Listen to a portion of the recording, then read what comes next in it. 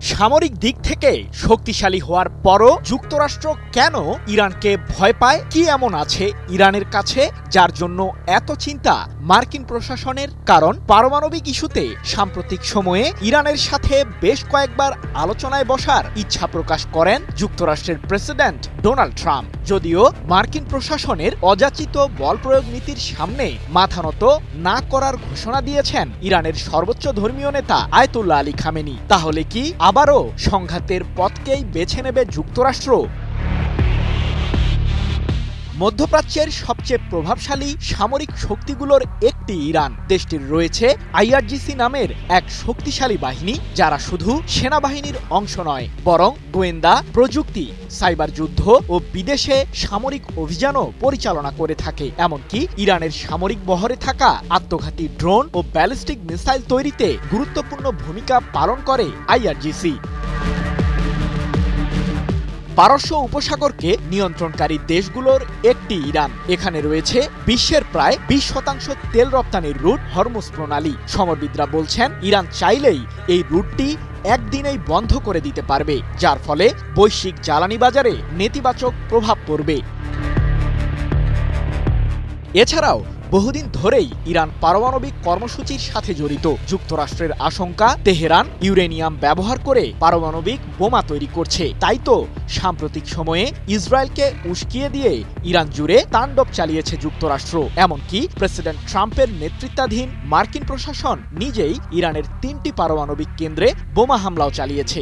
আর এর পেছনে যুক্তরাষ্ট্রের একটাই ভয়, ইরান যদি পারমাণবিক বোমা তৈরিতে সফল হয় তাহলে মধ্যপ্রাচ্যে থাকা ইসরায়েল ও মার্কিন সামরিক ঘাঁটিগুলো নিরাপত্তা হুমকির মুখে পড়বে। কিন্তু কিভাবে?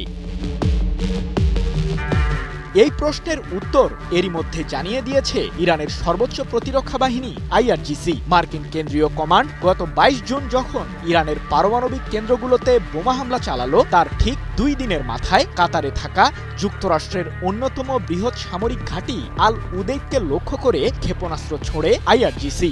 আর এর মাধ্যমেই ইরান জানিয়ে দেয় দেশটির উপর যে কারো আঘাত এলে ইরানও শক্তভাবেই প্রতিরোধ করতে সক্ষম। কি বুঝলেন ভাই? অনলি যেটাই চাই।